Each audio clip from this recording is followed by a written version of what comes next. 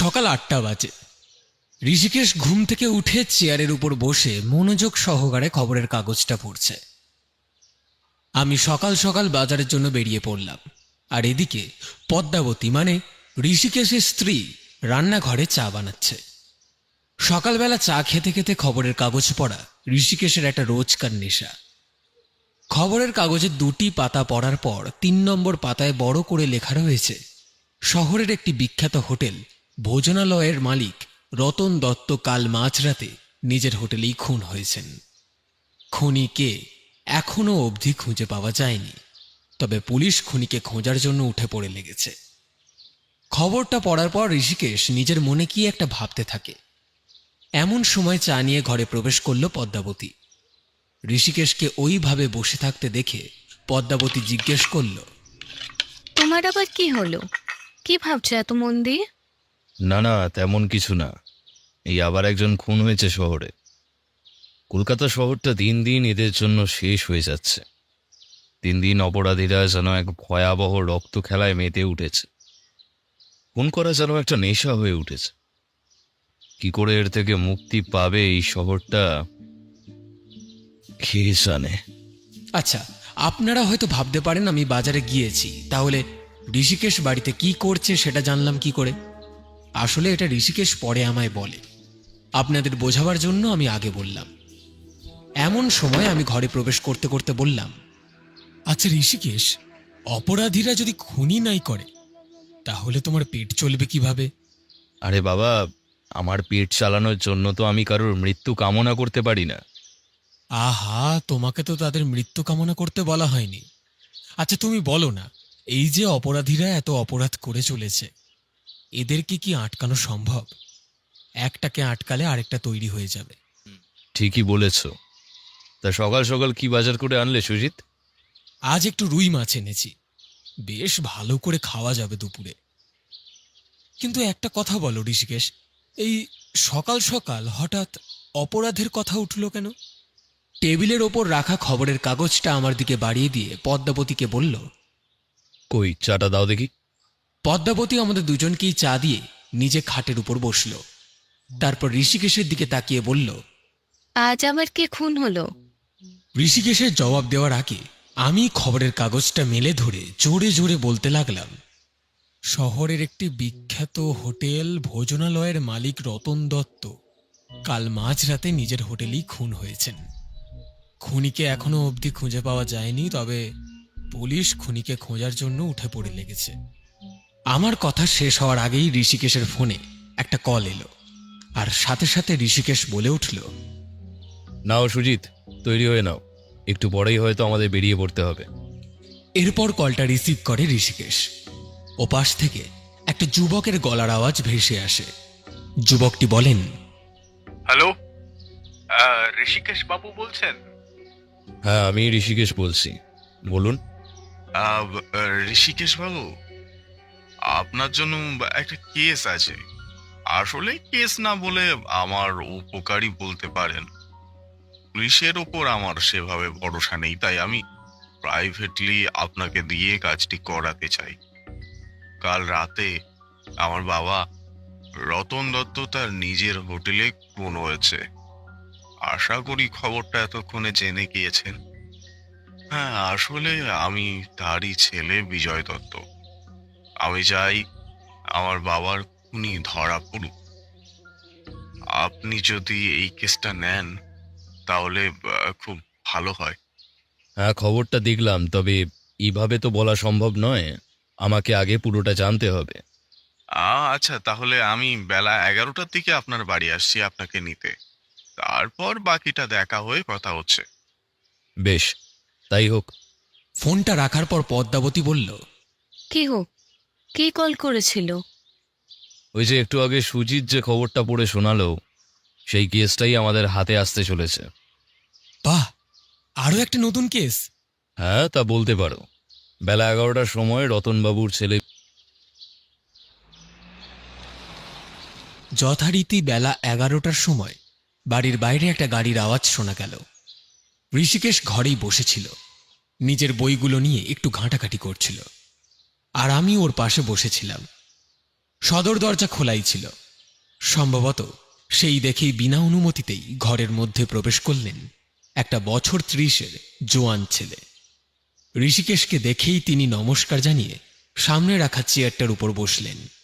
যুবকটির দিকে তাকিয়ে ঋষিকেশ বলল, তা বাড়ি থেকে বেরোনোর সময় এত ব্যস্তভাবে বেরোলেন কেন? আর পথে নিশ্চয়ই কারোর সাথে ঝামেলা হয়েছে বা কারোর সাথে বচসা বেঁধেছে।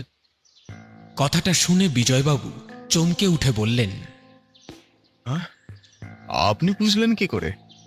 ঋষিকেশ বলল, সে তো খুবই সহজ কথা। আপনার গায়ের ইস্ত্রি করা জামাটা কিছুতে বেঁধে ছিঁড়ে গেছে। জামাটা যেহেতু ইস্ত্রি করা, তাই ওটা আজ ছিঁড়েছে, আর ছেঁড়া জায়গাটা জামার সামনের দিকে। এতে বুঝতে অসুবিধা হয় না যে আপনি তাড়াতাড়ি করে আসতে গিয়ে কোনো গাছের কাঁটাতে বিঁধে আপনার জামাটা ছিঁড়ে গেছে। সেটা অংশ দেখে মনে হচ্ছে গোলাপের কাঁটা হতে পারে, আর তা থেকে এটাও অনুমান করা যায় যে আপনাদের বাড়িতে বাগান আছে বা আপনাদের বাগানের শখ আছে। আর ঝামেলা হওয়ার ব্যাপারটা আপনার কপালের ভাঁজটাই বলে দেয়। পথে কারোর ওপর খুব বিরক্ত হয়েছেন, আর তাই এই বিরক্ত ভাবটা আপনার মুখে এখনো লেগে আছে। এই কথা শুনে বিজয়বাবু বললেন, সত্যি ঋষিকেশ বাবু, আপনি সত্যি একজন সেরা গোয়েন্দা। কারোর সাথে আপনার তুলনা চলে না। আসলে আপনি ঠিকই বলেছেন। সকালে একটু ব্যস্ত হয়ে বেরিয়েছি বাড়ি থেকে, আর সেখানেই জামাটা ছিঁড়ে গেছে। আর হ্যাঁ, আমাদের বাগানের শখ আছে বলতে আমার বাবার বাগানের শখ ছিল। বাকি থাকলো ঝামেলাটা, ওটা পথে একজনকে না দেখে রাস্তা পার হচ্ছিল, তাই নিয়েই একটু বেশ, এইবার কেসের ব্যাপারে কথা বলা যাক।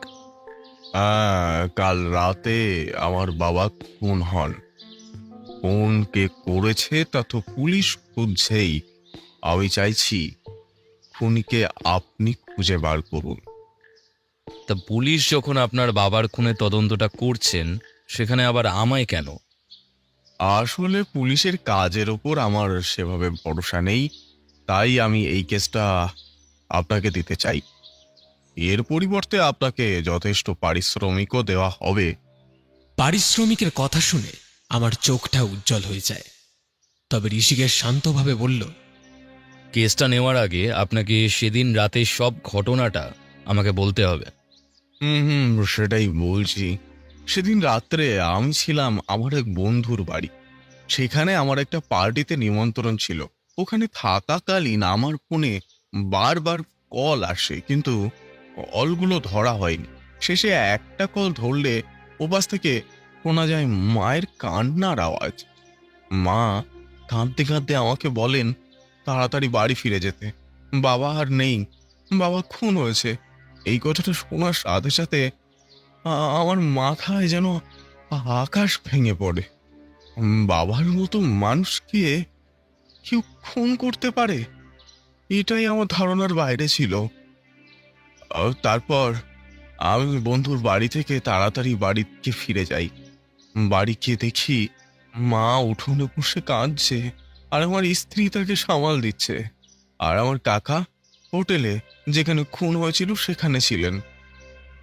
আসলে বাবার বাড়ি ফিরতে অনেক রাত হচ্ছিল সেদিন, তাই আমার কাকা বাবাকে ডাকতে গিয়ে দেখেন বাবার দেহটা ক্যাশ কাউন্টারের সামনে চেয়ারের ওপর পড়ে আছে, আর বাবার পেট থেকে গড়িয়ে মেঝেতে পড়ে আছে লাল রক্ত। বাবা ততক্ষণে মারা গিয়েছে। বাবার এই অবস্থা দেখে কাকা প্রথমে ভয় পেয়ে যায়, আর তারপর মাথা ঠান্ডা করে বাড়িতে জানায় ও পুলিশকে জানায়। আমি বাড়ি ফিরেই ওই কথা জেনেই হোটেলে যাই। ততক্ষণে পুলিশ চলে এসেছে। এখনো ওরা ওখানেই আছে, তদন্ত করছে। প্রথমে বাবার মৃত্যুতে শোকাহত হয়ে পড়েছিলাম আমি, কিন্তু পরে ভাবলাম বাবার খুনিকে খুঁজে বার করাটাও দরকার, তাই আপনার কাছে আসা। সব শুনে ঋষিকেশ বলল, কেন খুন হয়েছে জানেন কিছু? দেখুন, সত্যি বলতে আমার বাবা আমাদের কারোর সাথে সেভাবে কথা বলতো না, একটু চুপচাপ থাকতে ভালোবাসতো। তাই বাবার ব্যাপারে সেভাবে কিছু জানি না। বাবা আমার সাথেও সেভাবে বলেনি কখনো। ঋষিকেশ একটু ভেবে নিয়ে বলল, আচ্ছা, কারোর ওপর কোনো সন্দেহ আছে আপনার? সন্দেহ ঠিক নয়, তবে বেশ কদিন ধরে ভোলা মানে আমাদের মালিককে আমার বাবার আশেপাশে ঘুরঘুর করতে দেখছিলাম, যেটা একটু অস্বাভাবিক লেগেছে আমার। তাছাড়া আর কিছুই নয়। আচ্ছা, বেশ, আমি কেসটা নিলাম। আর ঋষিকেশ বাবু, অসংখ্য ধন্যবাদ আপনাকে। আপনার সাথে গাড়ি আছে তো? তাহলে চলুন, আগে আমাদেরকে একবার হোটেলে যেতে হবে যেখানে আপনার বাবার খুন হয়েছে।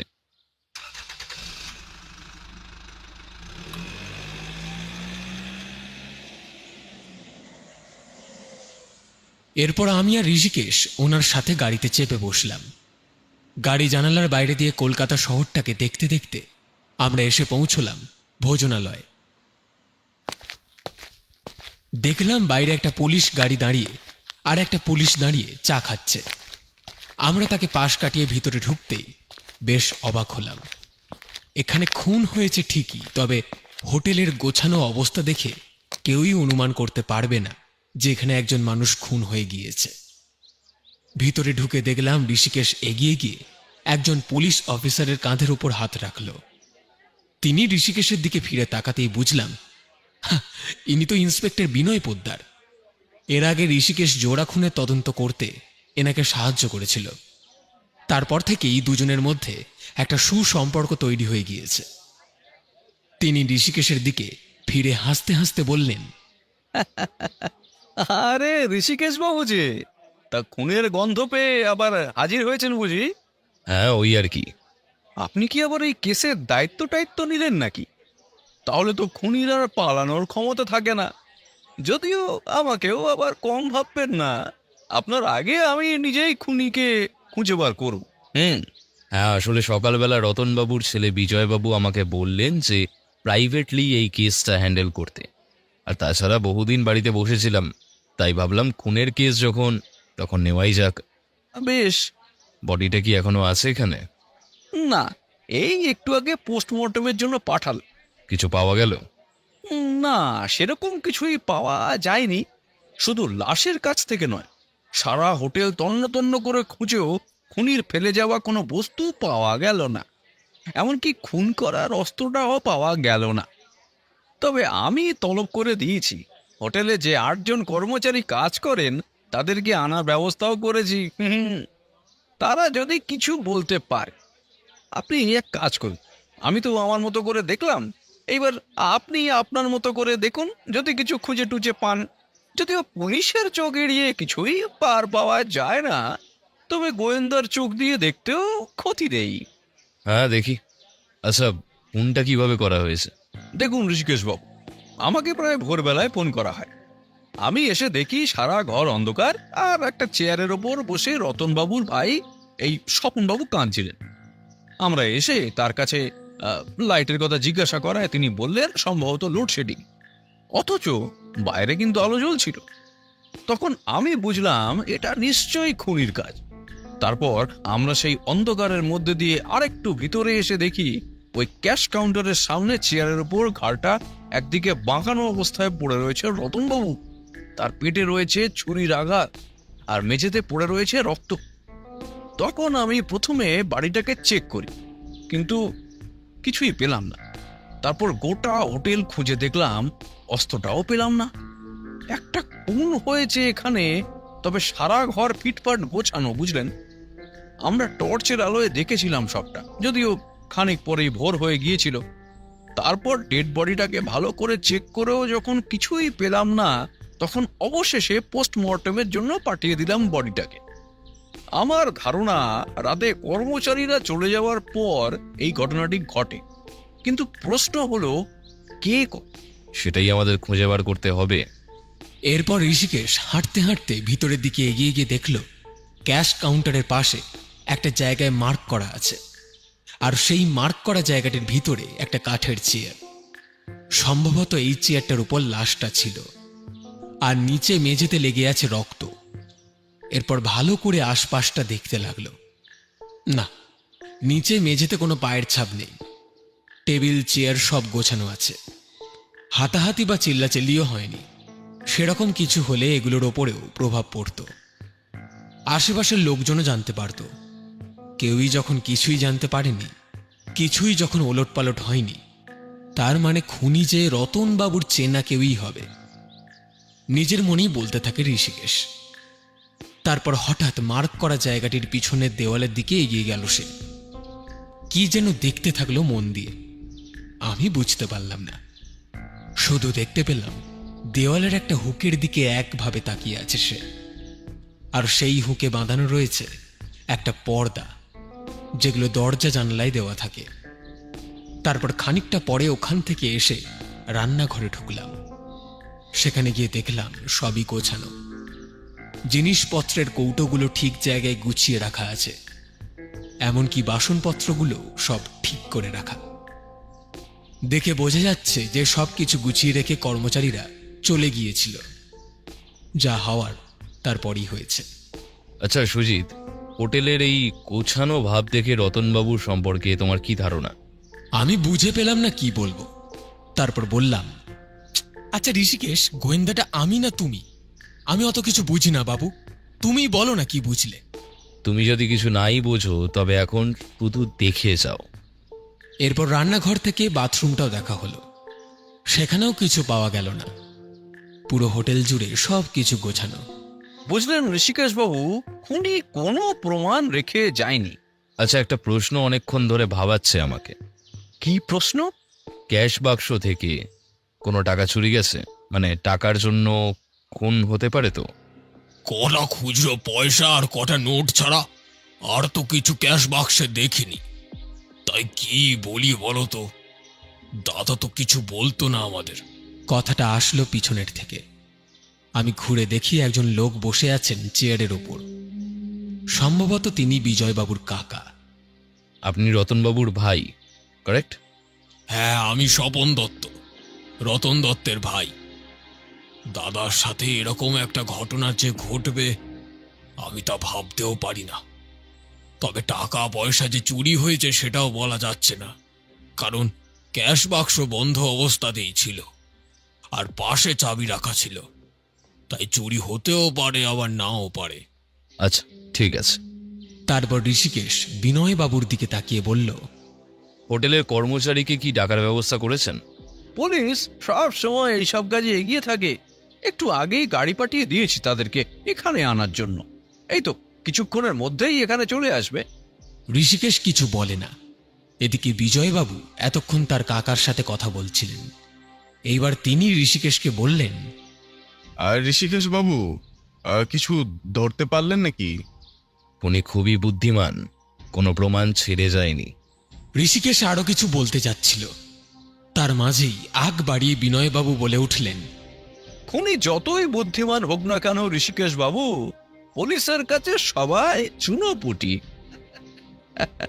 এই কথা বলে হাসতে লাগলেন বিনয়বাবু। হ্যাঁ হ্যাঁ, সেই তো।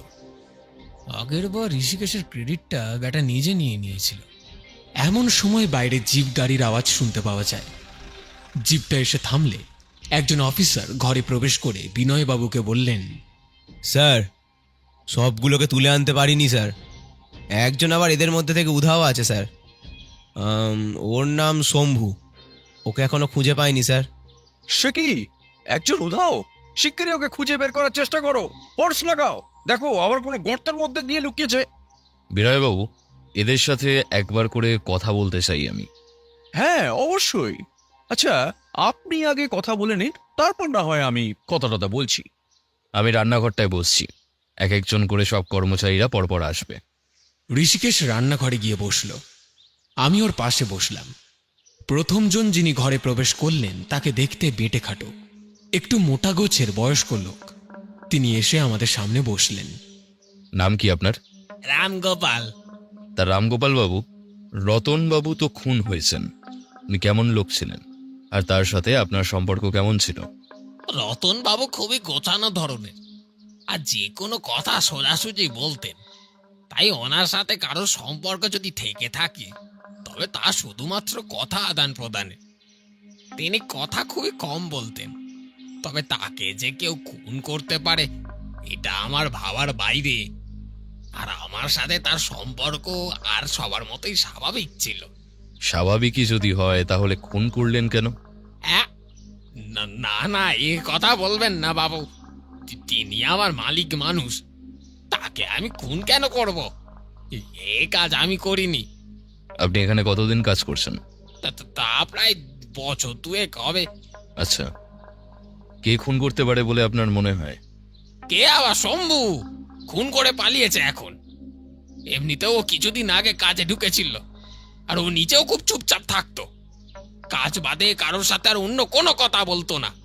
ঋষিকেশ খানিকক্ষণ চুপ থেকে বলল, শেষ কদিনে রতনবাবুকে কোনো কিছু নিয়ে চিন্তা করতে দেখেছেন?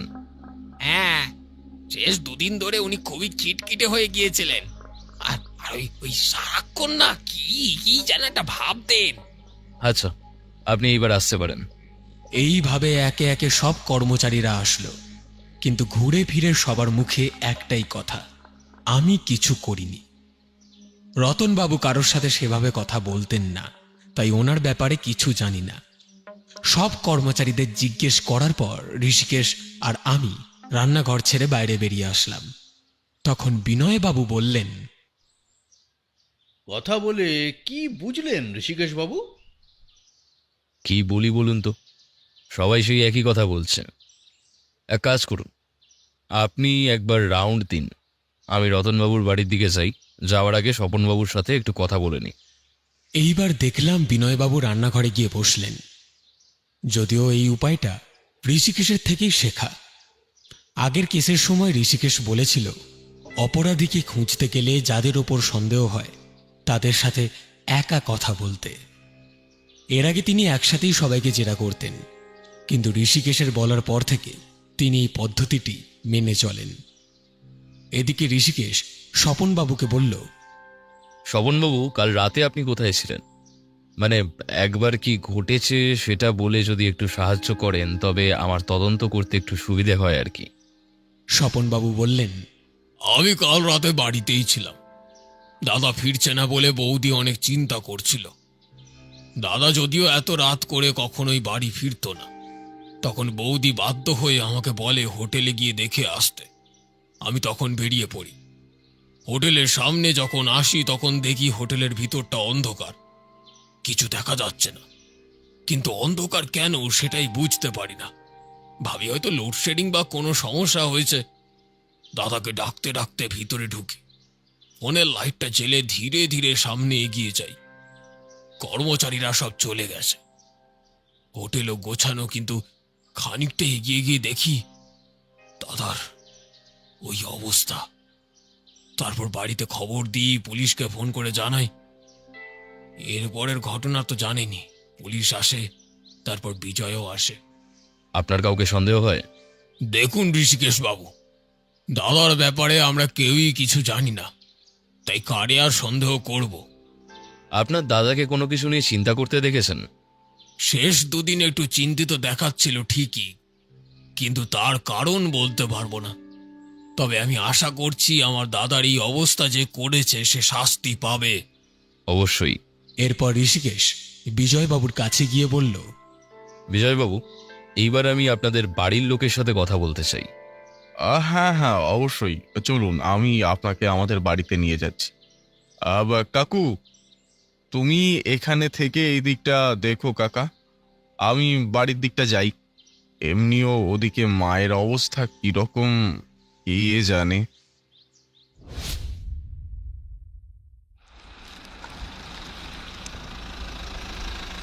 এই কথা বলে বিজয়বাবু, ঋষিকেশ আর আমি ওখান থেকে বেরিয়ে গাড়িতে করে বিজয়বাবুর বাড়িতে গেলাম। গাড়িটা যখন ওনাদের বাড়ির সামনে গিয়ে থামল, আমরা গাড়ি থেকে নেমে দেখি দোতলা একটা বড় বাড়ি। আর বাড়িটার ব্যালকনিটার দিকে নজর যেতেই দেখলাম সেখানে একটা চেয়ারের উপর বসে রূপচর্চা করতে ব্যস্ত একটা সুন্দরী নারী। তাকে দেখে আমি আর ঋষিকেশ দুজনেই বেশ অবাক হলাম। নিজের শ্বশুর মারা গিয়েছে, আর সেখানে উনি রূপচর্চা করতে ব্যস্ত। বেশ অদ্ভুত মহিলা তো।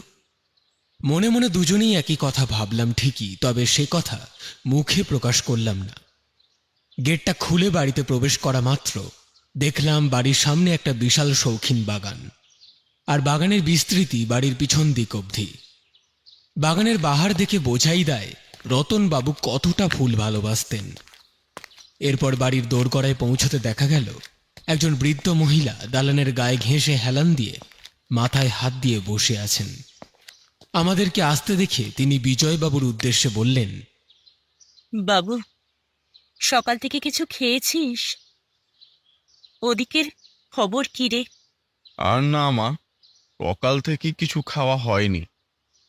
একেবারে দুপুরে খেয়ে নেবো, আর এনারাও আমাদের এখানেই খাওয়া দাওয়া করবেন। আমার সাথে সকাল থেকে এনারাও না খেয়ে আছেন। ওদিকে খবর বলতে বা পুলিশ এখনো তদন্ত চালাচ্ছে। আমি বুঝলাম উনি বিজয়বাবুর মা। ইনারা কারা? বিজয়বাবু ঋষিকেশের দিকে উদ্দেশ্য করে বললেন, আর ইনি হলেন গোয়েন্দা ঋষিকেশ, আর ইনি হলেন ওনার সহকারী সুজিত। ওনাদেরকে আমি বলেছি বাবার খুনিকে খুঁজে বার করতে, তাই ওনারা এসেছে।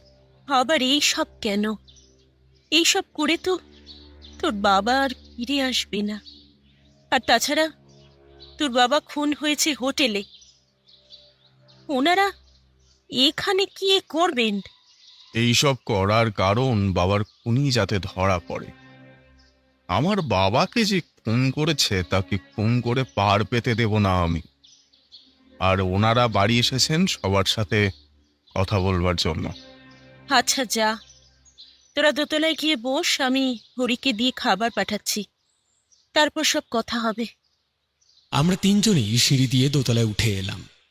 দোতলায় উঠেই দেখি ব্যালকনিতে বসে বিজয়বাবু স্ত্রী।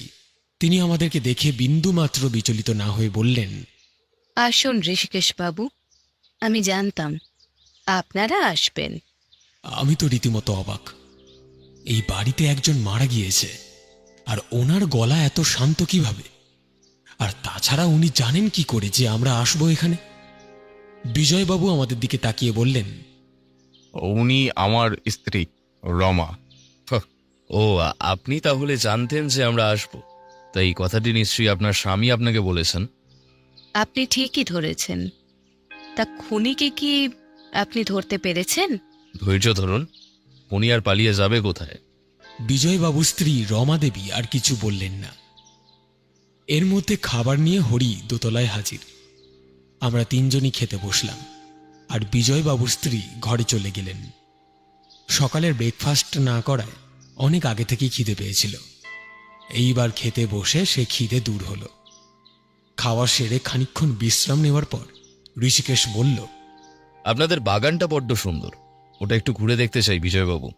এই কথা শোনা মাত্র দেখলাম বিজয়বাবুর মুখটা নিমেষের মধ্যেই ফ্যাকাশে হয়ে গেল। যেখানে একটু বাগান ঘুরে দেখার মতো সামান্য কারণে এটা সম্ভব নয়। তারপর মুখে একটা হালকা হাসি এনে বললেন, হ্যাঁ, যান ঘুরে আসুন, তারপর না হয় সবার সাথে কথা বলবেন। আমি আর ঋষিকেশ দোতলা দিয়ে নিচে নেমে এলাম। বাগানের মধ্যে প্রবেশ করে ঋষিকেশের কানের কাছে মুখ নিয়ে আমি বললাম, হঠাৎ বাগান ঘুরে দেখার কথা বলতেই বিজয়বাবুর মুখটা খেয়াল করেছ? হ্যাঁ, দেখেছি। মুখটা ফ্যাকাশে হয়ে যাওয়ার কারণ ধরতে পারলে? বাগানটা একটু ঘুরে দেখি, চলো। আমিও বুঝলাম ও এখন কিছু বলতে চায় না। এরপর বাগানের ভিতর দিয়ে বাড়ির পিছন দিকটায় যেতে একটা আওয়াজ শোনা গেল। ভালো করে কান পাতলে শুনতে পেলাম আওয়াজটা দোতলার ঘরটা থেকে আসছে।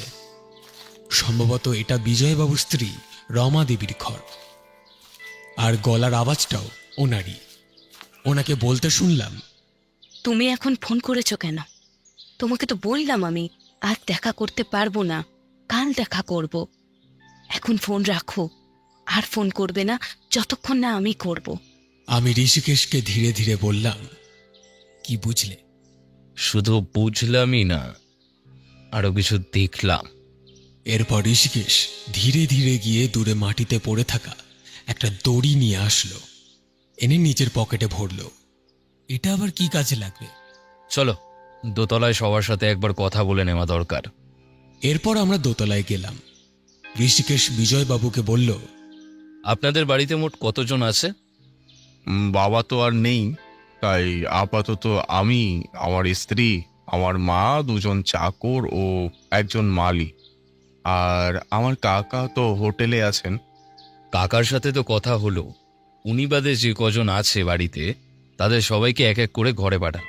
আমি এই ঘরে গিয়ে বসছি। বিজয়বাবু মাথা নাড়লেন। এরপর আমি আর ঋষিকেশ ঘরের মধ্যে প্রবেশ করলাম। ঘরের ভেতরটা গোছানো। আসবাব বলতে খাট, একটা পুরনো আলমারি ও একটা বাক্স ছাড়া আর কিছুই নেই। দেখে মনে হলো এটা সম্ভবত রতনবাবুর ঘর। ঋষিকেশ আর আমি গিয়ে খাটের উপর বসলাম। প্রথম যিনি ঘরে প্রবেশ করলেন তিনি হলেন বিজয়বাবুর মা। তার মুখ দেখে মনে হলো তিনি বেশ অপ্রস্তুত রয়েছেন এই কথা বলার বা প্রশ্নোত্তরের জন্য। নমস্কার মাসিমা, আপনার ওপর দিয়ে এই সময় কি চলছে তা আমি বিলক্ষণ বুঝতে পারছি, তাই অল্প কথাই আপনাকে জিজ্ঞেস করব। আচ্ছা, আপনি কি অনুমান করতে পারেন কে খুন করে থাকতে পারে আপনার স্বামীকে? যে মানুষ মারা গিয়েছে তার ব্যাপারে কথা বলার কি খুব দরকার ছিল? আপনি কি চান না যে আপনার স্বামীকে খুন করেছে সে ধরা পড়ুক?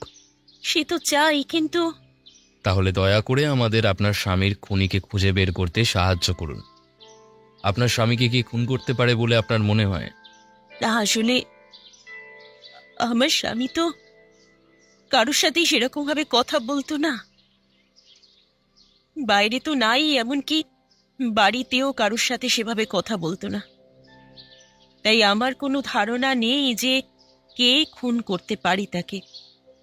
আসলে তাকে যে কেউ খুন করতে পারে এটাই তো আমি বিশ্বাস করতে পারছি না। যে মানুষটা কাল ছিল আমাদের সাথে আজ আর নেই, এই কথাটাই যে মেনে নিতে পারছি না। দেখুন দেখুন, যেটা হয়ে গিয়েছে সেটাকে চাইলেও আমরা আর পাল্টাতে পারি না। তাই যে এই অন্যায় কাজটা করেছে তাকে শাস্তি তো দিতে পারি। যে অন্যায়টা করেছে সে যাতে শাস্তি পায় তার জন্য আমি পুরো চেষ্টা করছি। আচ্ছা, আপনার ছেলের সঙ্গে আপনার স্বামীর সম্পর্ক কেমন ছিল? একজন বাবা আর ছেলের মধ্যে যেমন সম্পর্ক থাকে তেমনই ছিল। আচ্ছা, বাড়ির বাকিদের সাথে রতনবাবুর সম্পর্ক কেমন ছিল? দেখুন, আপনাকে তো আগেই বলেছি উনি কারোর সাথেই সেইভাবে কথা বলতেন না। তাই সম্পর্ক কিরকম থাকতে পারে আপনি তো জানেনই। যার সাথে যেটুকু প্রয়োজন তার সাথে শুধু সেটুকুই কথা বলতেন উনি। এই ধরনের সম্পর্কে না শত্রু তৈরি হয় আর না বন্ধু। তাই এর থেকে আর কত ভালো সম্পর্ক হতে পারে বলে আপনি মনে করেন বলুন? তবে শেষ দুদিন ধরে ওনাকে বেশ চিন্তিত দেখাচ্ছিল। রাতে ঠিকমতো ঘুম হতো না, জেগে থাকতেন আমার পাশে শুয়ে। আমি জিজ্ঞেস করলে কিছু বলতেন না, শুধু বলতেন তুমি বুঝবে না, তুমি ঘুমিয়ে পড়ো। আচ্ছা, আপনি এবার আসতে পারেন। আপনি গিয়ে বিজয়বাবুর স্ত্রীকে পাঠিয়ে দিন। বিজয়বাবুর মা চলে গেলে ঘরে প্রবেশ করলেন বিজয়বাবুর স্ত্রী। তিনি এসে বসতেই ঋষিকেশ বলল, রতনবাবু মানে আপনার শ্বশুর মশাই খুন হয়েছেন। আপনি কি অনুমান করতে পারেন কি খুন করেছে তাকে? না, সে বিষয়ে আমার কোনো ধারণা নেই। আমি এই বাড়ির কারোর সাথেই সেভাবে কথা বলি না। তাহলে জানলার ধারে দাঁড়িয়ে কাকে বলছিলেন যে এই অসময়ে ফোন করেছো কেন?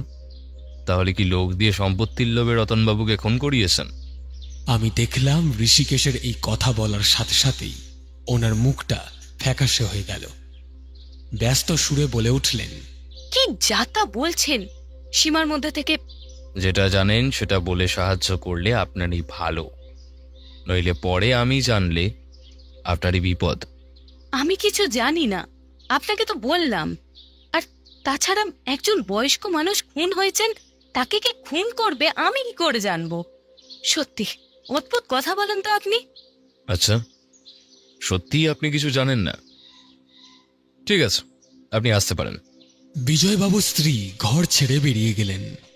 এরপর দুজন চাকর এক এক করে ঘরে প্রবেশ করল। ওদের কাছ থেকে সেরকম কিছুই জানা গেল না। ওরা চাকর মানুষ, নিজেদের লোকই যখন কিছু জানে না তখন ওরা আর কি বা জানবে। এরপর ঘরে প্রবেশ করলেন বিজয়বাবু। আপনার কাছ থেকে সবই শুনেছি, তবে কিছু প্রশ্ন আছে। হ্যাঁ হ্যাঁ, করুন না। আপনার কি কারোর ওপর সন্দেহ হয়? মালি অর্থাৎ ভোলা, ওর সাথে আমার বাবার শেষ কদিন বেশ ঘনিষ্ঠতা দেখা যায়। আর সে কথা তো প্রথমে বলেছি আমি আপনাকে। আপনার বাবা কি কোনো কারণে চিন্তিত ছিলেন? বাবার সাথে সেভাবে কথা হতো না আমার। আচ্ছা আপনি যান, আর ভোলাকে পাঠিয়ে দিন। এরপর খোঁড়াতে খোঁড়াতে ভোলা ঘরে প্রবেশ করল। তারপর এসে খাটের উপর বসল। ভোলার বয়স ওই বছর 50-এর আশেপাশে। পায়ে হয়তো কোনো সমস্যা আছে, তাই খুঁড়িয়ে হাঁটে। আর একটু গম্ভীর স্বভাবের লোক। আপনার নাম? আগে আমার নাম ভোলা। রতনবাবু তো খুন হয়েছেন, আপনার কি ধারণা খুনটি কে করেছে? না বাবু, আমি জানি না। আপনার তো রতনবাবুর সাথে বেশ ঘনিষ্ঠতা ছিল, আর শেষ কদিনে আপনার সাথেই বেশি কথা হয়েছে। জানেন তো, সেই ভিত্তিতে পুলিশ আপনাকে জেলে ভরে দিতে পারে। তাই যা জানেন ভালোই ভালোই বলে দিন, তাতে আপনারই ভালো হবে। ভোলাই কথা শুনে ভিড়মি খেয়ে যায়। ও হয়তো ভাবতেও পারেনি এরকম কিছু একটা ঘটতে পারে। তারপর মুখটা কাঁচুমাচু করে বলে, বাবু, আমি সত্যি কিছু করিনি। আমাকে পুলিশে দেবেন না। তাহলে শেষ 2-1 দিন আপনার সাথে ওনার এত ঘনিষ্ঠতার কারণটা বলুন। আসলে রতন আমার ছোটবেলার বন্ধু। সেটা এই বাড়িতে কেউ জানে না। হঠাৎ রতনের সাথে একদিন দেখা হয়ে যায়। তখন আমার হাতে কোনো কাজ ছিল না। তখন রতনই আমাকে বলে ওর বাড়িতে কাজের জন্য। আমি রাজি হয়ে যাই, কিন্তু আমি যে ওর বন্ধু এই কথা কাউকে বলতে বারণ করেছিল। ওর বাড়িতে কাজে আসার পর বুঝলাম ও কারোর সাথে সেভাবে কথা বলে না। আমি যেহেতু ছোটবেলার বন্ধু, তাই ওর সাথে কথা হতো মাঝে মাঝে।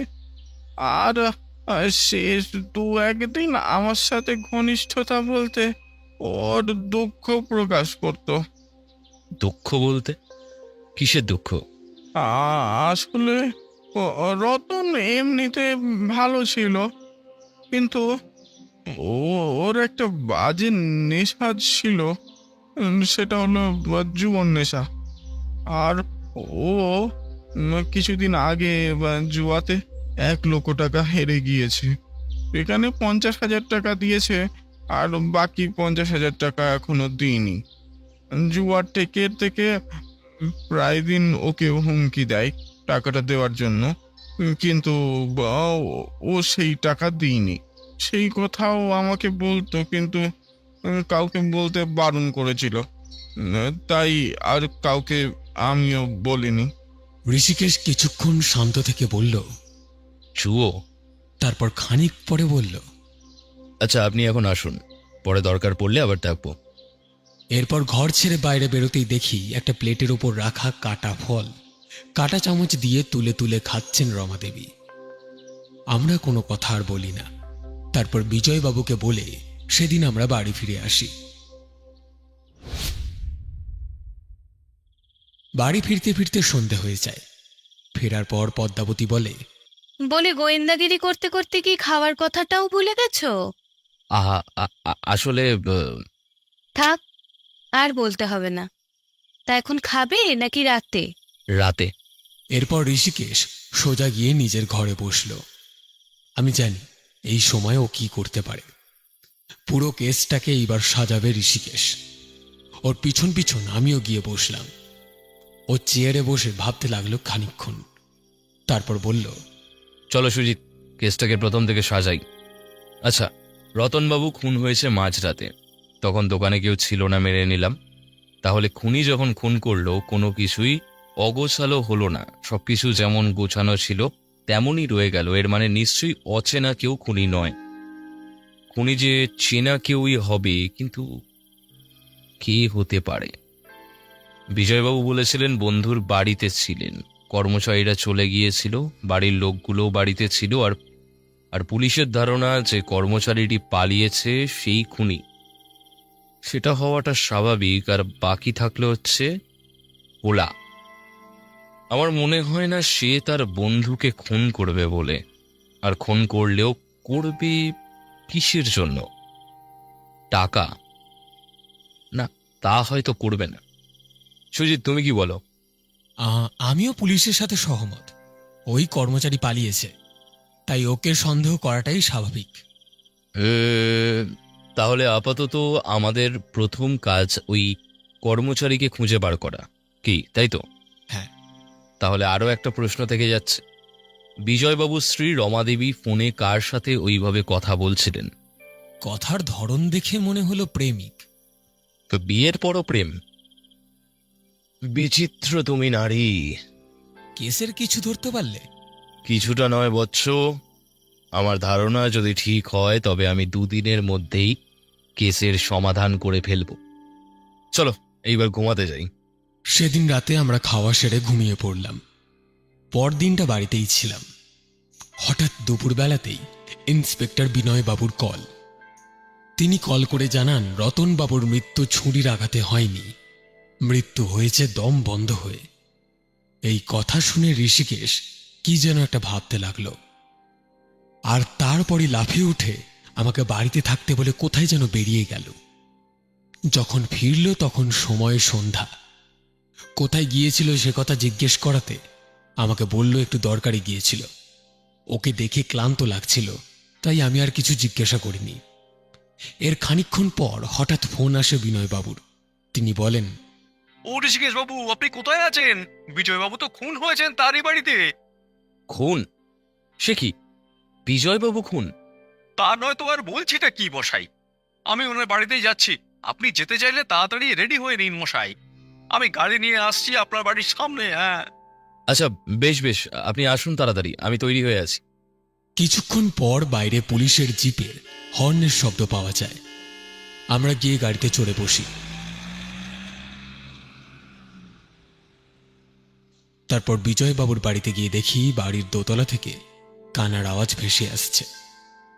আমরা গাড়ি থেকে নেমে বাড়িতে ঢুকে দোতলায় পৌঁছতে চোখে পড়ল বিজয়বাবু রক্তাক্ত অবস্থায় মেঝেতে পড়ে আছে।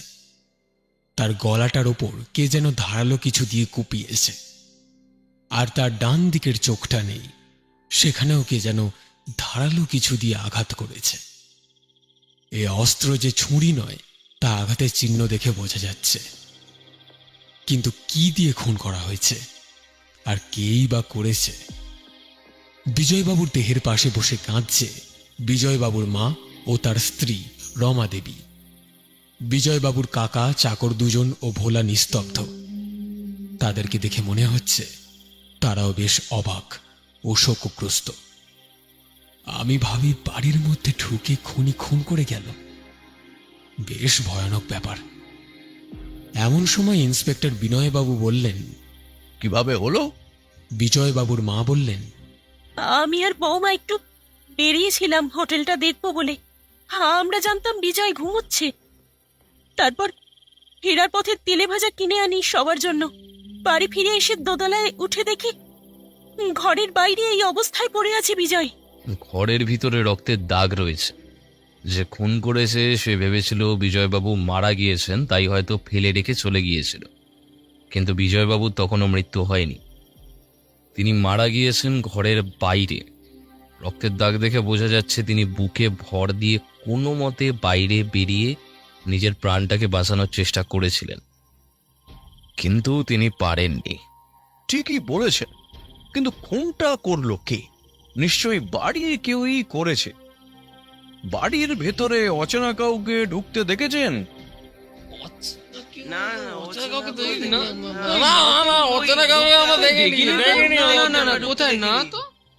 তখন একজন চাকর বলে উঠল, কথা, তবে আজ সকালবেলা বিজয়বাবুর সাথে ভোলা দাদার একটা ঝামেলা লেগেছিল।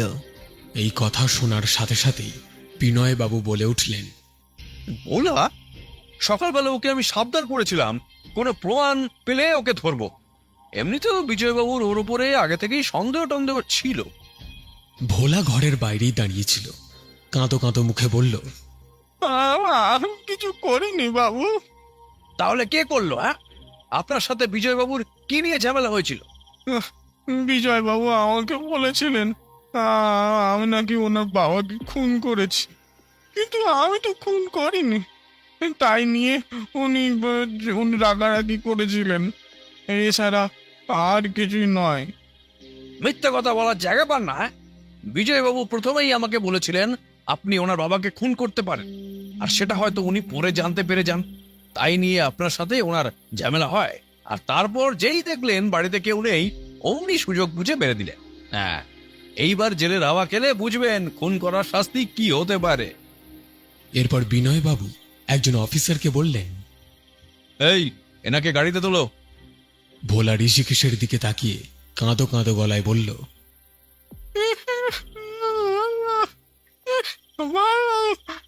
আরে কাকে কোন করেনি, আমাকে বাঁচান। কিছু যদি না করেন তবে আমি অকারণে আপনাকে শাস্তি পেতে দেব না। আপনি কিছু চিন্তা করবেন না, সত্যের উন্মোচন হবেই। এরপর একজন অফিসার ভোলাকে নিয়ে গিয়ে গাড়িতে তুলল, আর বিজয়বাবুর বডিটাকে ভালো করে দেখে নিয়ে ওটাকে নিয়ে যাওয়ার ব্যবস্থা করা হলো। তারপর বিনয়বাবু এক এক করে সবাইকে আবার জেরা করলেন। তারপর বিনয়বাবু ঋষিকেশকে বললেন, আপনার কি মনে হয় না যে ভোলা দোষী? হোটেলের কর্মচারীটি যখন ধরা পড়েনি তখন পুরোপুরি কাউকে দোষী বলা যায় না। রতনবাবুর খুনি যদিও বা কর্মচারী হয়, তবে আমি এইটুকুনি নিশ্চিত বিজয়বাবুর খুনি ভোলা। ঋষিকেশ আর কিছু বলে না। তারপর আমরা পুলিশের সাথে বাড়ি ফিরে আসি। রাতে ঋষিকেশ আমার বা পদ্মাবতীর কারোর সাথে ঠিক করে কথা বলে না। ভোলাকে পুলিশ ধরে নেওয়ার পর থেকে ওর মনটা খচখচ করে, ও চুপচাপ থাকে। এভাবেই পরদিন সকাল হয়। সেদিন ঋষিকেশ কোনো একটা দরকারে বাইরে যায়।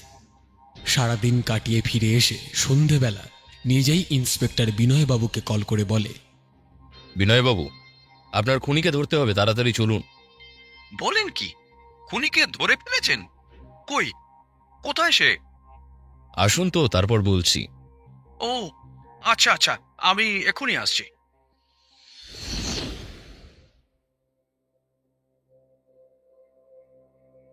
এরপর বিনয়বাবু আসলে আমরা গাড়ি করে বিজয়বাবুর বাড়ি পৌঁছই। সেখানে গিয়ে দেখি বিজয়বাবুর স্ত্রী বেশ গুছিয়ে সেজেগুজে বাড়ি ছেড়ে বেরোচ্ছেন, তাও আবার সবার অলক্ষ্যে সন্ধ্যার অন্ধকারে। আমাদেরকে দেখে তার মুখটা নিমেষের মধ্যে ফ্যাকাশে হয়ে গেল। কোথায় যাওয়া হচ্ছে রমাদেবী? একটু বাজারের দিকে যাচ্ছিলাম। দেখেছ সুজিত, স্বামীহারা স্ত্রী সেজেগুজে সন্ধ্যের অন্ধকারে বাজারে যাচ্ছে। হ্যাঁ, তাই তো দেখছি। বাজারে যাবেন পরে। চলেন, আজ একটু গল্প করব আপনার সঙ্গে। গল্প? কোন গল্প? হ্যাঁ, আগে চলুন, তারপর জানতে পারবেন। এরপর বিজয়বাবু স্ত্রী ও আমরা দোতলায় গিয়ে একটা ঘরে বসলাম। তারপর বিনয়বাবুর সাথে আসা একজন অফিসারকে দিয়ে সবাইকে আসতে বলা হলো। একে একে সবাই ঘরে প্রবেশ করল। তখন বিনয়বাবু ঋষিকেশকে বললেন, এই ঋষিকেশ বাবু, এইবার তো বলুন, কি বলবেন? আমরা জানি দুটো খুন হয়েছে, কিন্তু খুনি যে এখানে দুজন সেটা কিন্তু আমরা জানি না। এই কথা শোনা মাত্র সবাই অবাক হয়ে গেল। বিনয়বাবু বললেন, খুনি দুজন? হ্যাঁ, কিন্তু কারা সেই দুজন ঋষিকেশ বাবু? তাদেরকে কি ধরতে পেরেছেন আপনি?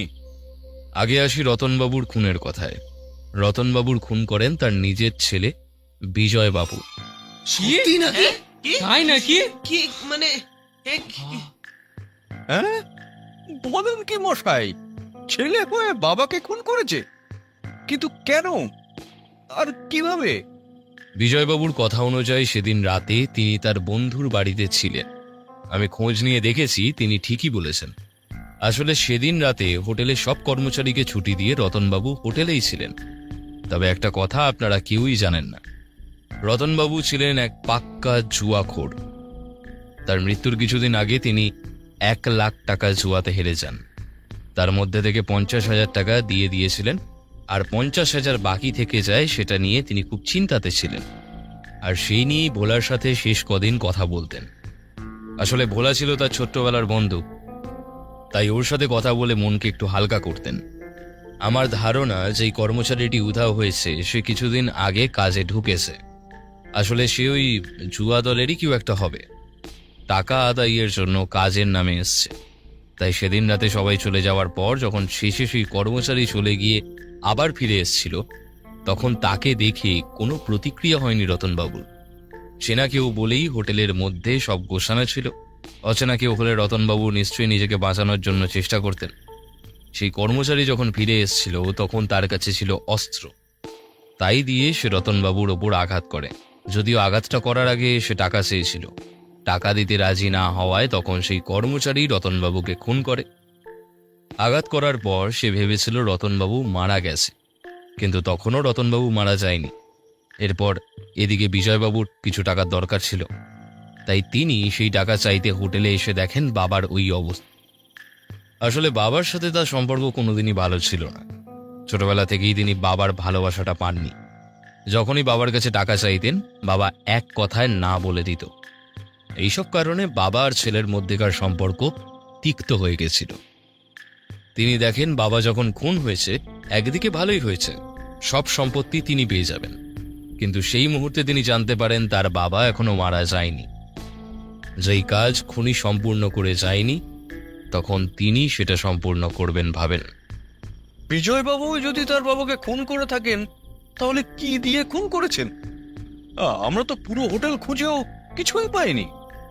ভুলে যাবেন না বিনয়বাবু, রতনবাবু মারা গিয়েছিল দম বন্ধ হয়ে। আচ্ছা, তোমার মনে আছে সুজিত, আমরা যখন বাগানটা দেখতে গিয়েছিলাম তখন একটা দড়ি পেয়েছিলাম? কিন্তু তাতে কি প্রমাণ হয়?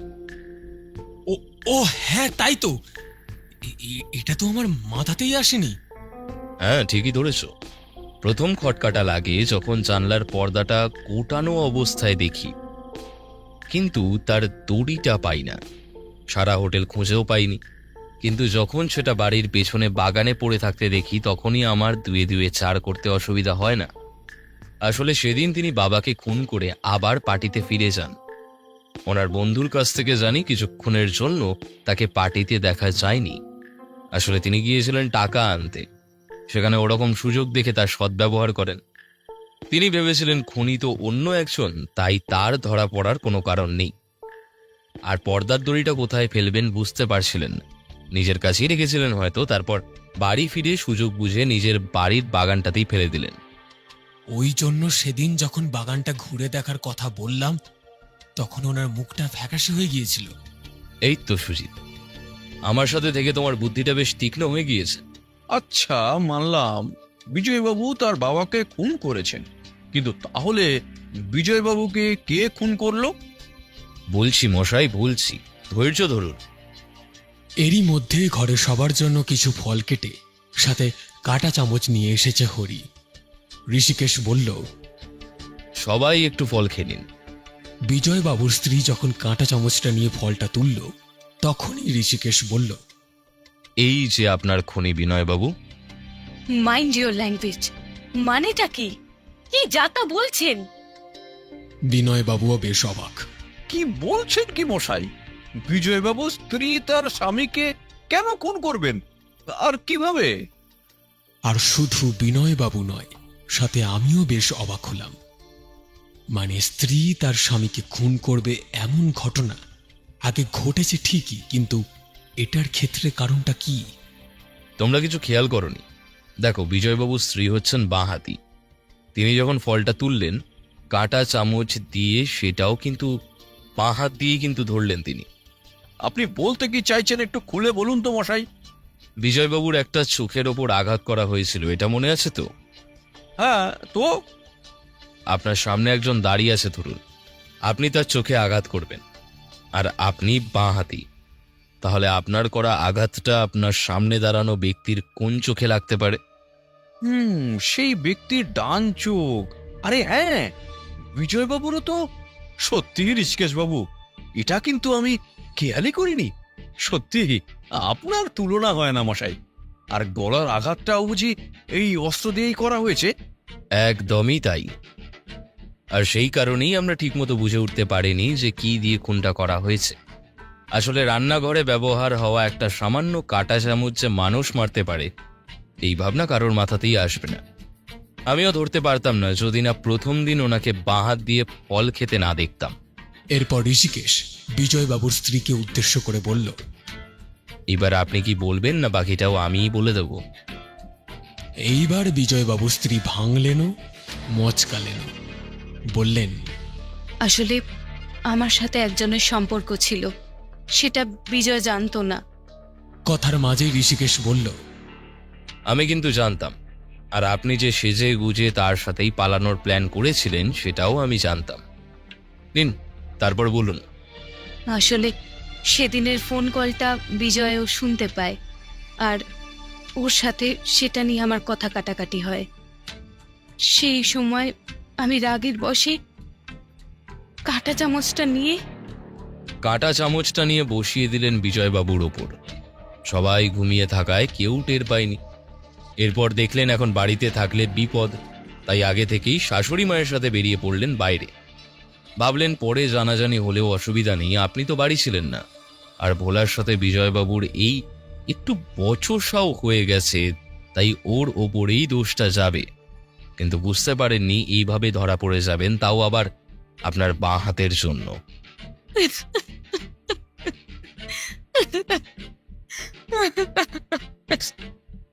বিজয়বাবুর মা কাঁদো কাঁদো সুরে বললেন, বৌমা, তুমি এই কাজটা করতে পারলে? এবার আমি কি নিয়ে বাঁচবো? স্বামীকেও হারালাম, পুত্রকেও হারালাম।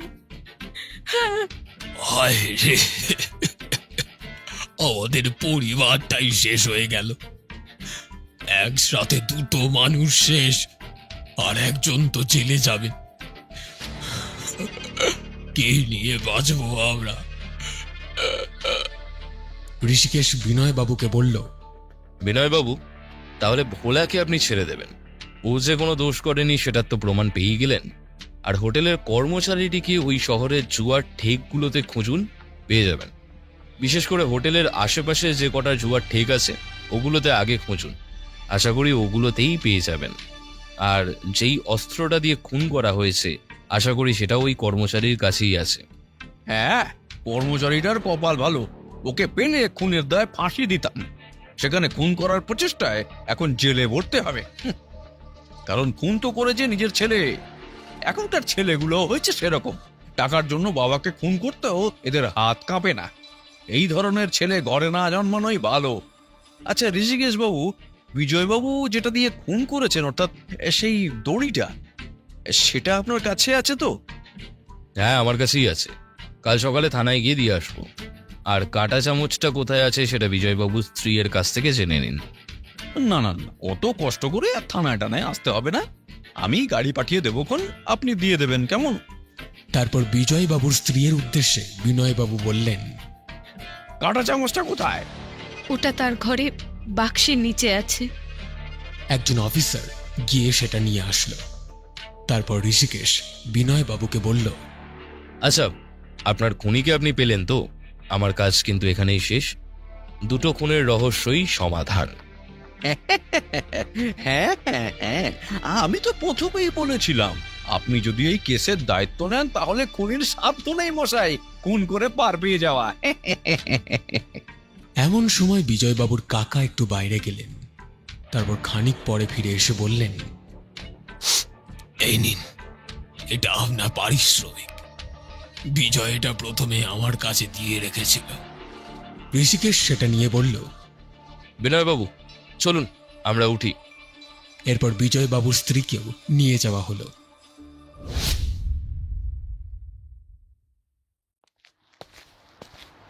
পথে যেতে যেতে বিনয়বাবু ঋষিকেশকে জিজ্ঞেস করলেন, আচ্ছা ঋষিকেশ বাবু, বিনয় বাবু যদি তার বাবার খুনটা করে থাকেন তাহলে আপনাকে এই কেসের দায়িত্ব দিলেন কেন?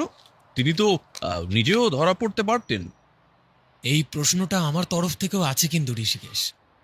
আমার ধারণা তিনি আত্মবিশ্বাসী ছিলেন যে তিনি ধরা পড়বেন, আর ধরা পড়লে খুনি হিসেবে ওই কর্মচারী ধরা পড়বে। না না না, তা নয়। আসলে তিনি ভেবেছিলেন পুলিশ যদি ওনাকে ধরে ফেলেন, তাই নিজেকে বাঁচানোর জন্য কেসটা আপনার উপর ছেড়ে দিয়েছিলেন। ঋষিকেশ কিছু বলল না, হালকা ব্যঙ্গের হাসি হাসল। আমি মনে মনে ভাবলাম, আবার নিজের ওপর ক্রেডিট নিচ্ছে বিনয়বাবু। বাড়ি ফেরার পর পদ্মাবতী বলল, কেসটা মনে হচ্ছে সমাধান হয়ে গিয়েছে। তুমি কি করে বুঝলে? তুমি যদি বিখ্যাত গোয়েন্দা হতে পারো, তবে আমিও কিন্তু গোয়েন্দা গিন্নি। এই কথা শুনে আমি হাসতে লাগলাম। ঋষিকেশ আমার দিকে তাকালো। বুঝলে ঋষিকেশ, তুমি বাইরে গোয়েন্দা হতে পারো, ঘরে কিন্তু বউ ঠাকুরনি সব।